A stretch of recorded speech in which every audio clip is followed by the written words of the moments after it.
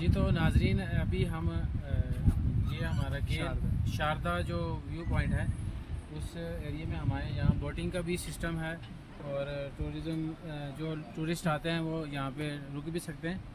और यहाँ की ख़ास बात मैं आपको बताता चलूँ, यहाँ पे एक जो पाकिस्तान बनने से पहले की एक यूनिवर्सिटी होती थी जो यहाँ के मकामी लोग कहते हैं कि यहाँ जिन्होंने उसको तामीर किया है। तो हम कुछ ही देर में वहाँ पहुँच जाएंगे। और ये थोड़ा सा आगे करके इन दरख्तों के पीछे, वीडियो में आप देखें, दरख्तों के पीछे है वो यूनिवर्सिटी जो जिन्होंने बनाई थी। तो हम वो थोड़ी देर में हम आपको दिखाएंगे इंशाल्लाह। लेकिन हम यहाँ से बहुत खड़ी चढ़ाई थी तो वहाँ से चलने में सांस फूल गया। तो ये यही रास्ता जो यूनिवर्सिटी को जा रहा है। कुछ ही देर में हम पहुँच जाएंगे। कैमरामैन फोकस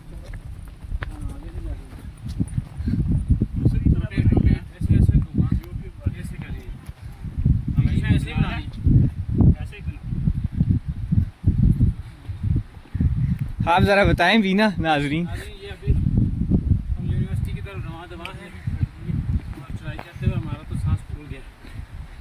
तो ये है कि हम इंशाल्लाह, और हम कभी चढ़े नहीं इतनी ऊंची जगह पे, तो ज़रा ऐसा होता है। बंद कर देते ठीक है, चलो दूसरी तरह आ गया।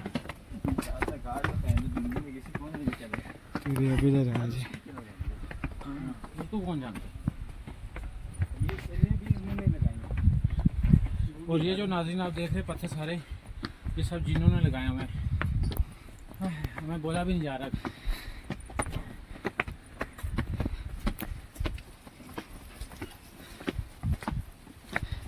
सीढ़ियाँ चढ़ना मुश्किल हुआ।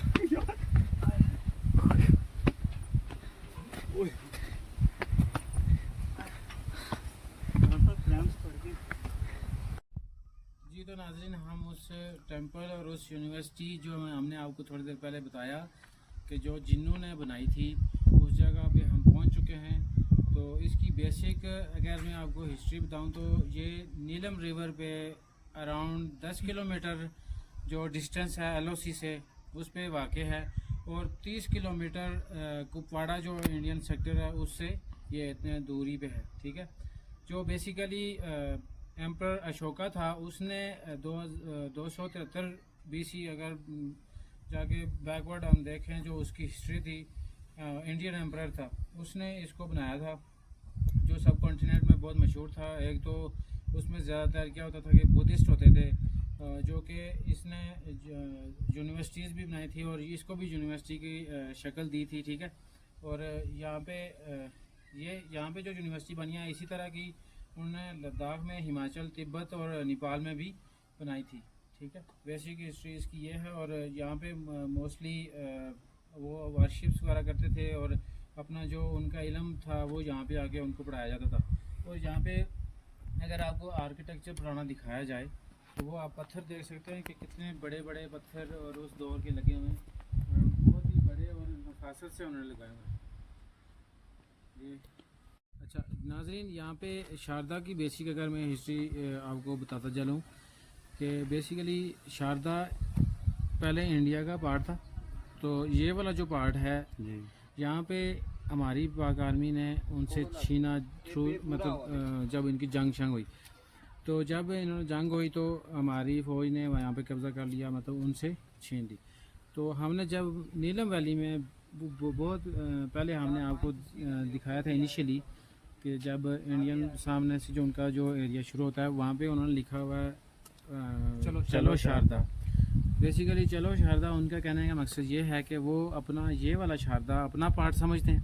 ठीक है, इंडियन वो मतलब आज तक यही सोच रहे हैं कि हम ये पाकिस्तान से वापस लेंगे और वो हमारा हिस्सा है। तो पाकिस्तान कहता है ये हमारा है। बेसिकली हमने उनसे छीना हुआ है, जंग के दौरान उनसे छीना था। तो अभी उनको ज़रा इस बात का दुख और अफसोस है। वो हमेशा ऐसे कोशिश करते हैं कि ले सकें, लेकिन ये इतना आसान बात नहीं है। हमारी पाक आर्मी इंशाल्लाह वापस नहीं देने देगी। और जो उधर पार्ट है हम इंशाल्लाह वो भी कोशिश करके उनसे लेंगे इंशाल्लाह वापस लेंगे। ये देखें जिन्नों का कारनामा है ये भी, ये कैसे पत्थर तराश तराश के उन्होंने बनाए हुए हैं। करीब करके दिखाएं अगर, ये राउंड शेप में उन्होंने प्रॉपर,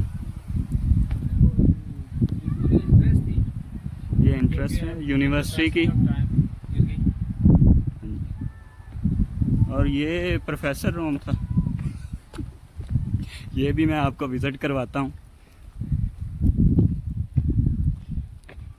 इस साइड पे एक रूम था, वहाँ फिज़िक्स की क्लासें होती थी, अब नहीं है, वो मेरे ख्याल से गिर गया है रूम। और ये उनका रूम है, ये देखें जी, इसकी छत नहीं है। तो नाज़रीन ये देखें बहुत ऊंची, और ये इन दीवारों की मैं बात कर रहा था कि ये बड़े बड़े पत्थर जो हैं जिन्होंने लगाए थे।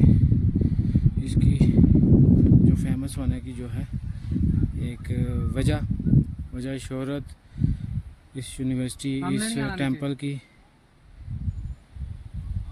ये नबील साहब है हमारे, ये भी ऊपर आए हुए हैं। बहुत ही खूबसूरत मनाजर यहाँ पे आप देख सकते हैं।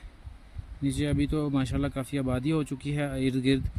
ये बैक साइड पे भी आप देख सकते हैं ऊंचे पहाड़, यहाँ के मकामी लोग जैसे रहते हैं। यहाँ भी गंदम आप देख सकते हैं पकी हुई है और पक भी रही है। यहाँ के लोग बहुत मेहनती हैं और खेती बाड़ी करते हैं, अपना गुज़र-औक़ात खाना पीना इसी से, अब उनके माल मवेशी यहीं से खाते हैं। यहाँ के मशहूर, हमने आपको पहले बताया होगा कि यहाँ पे अखरोट बहुत ज़्यादा होते हैं, सेब ज़्यादा होते हैं, और यही पूरे पाकिस्तान में सप्लाई भी होते हैं।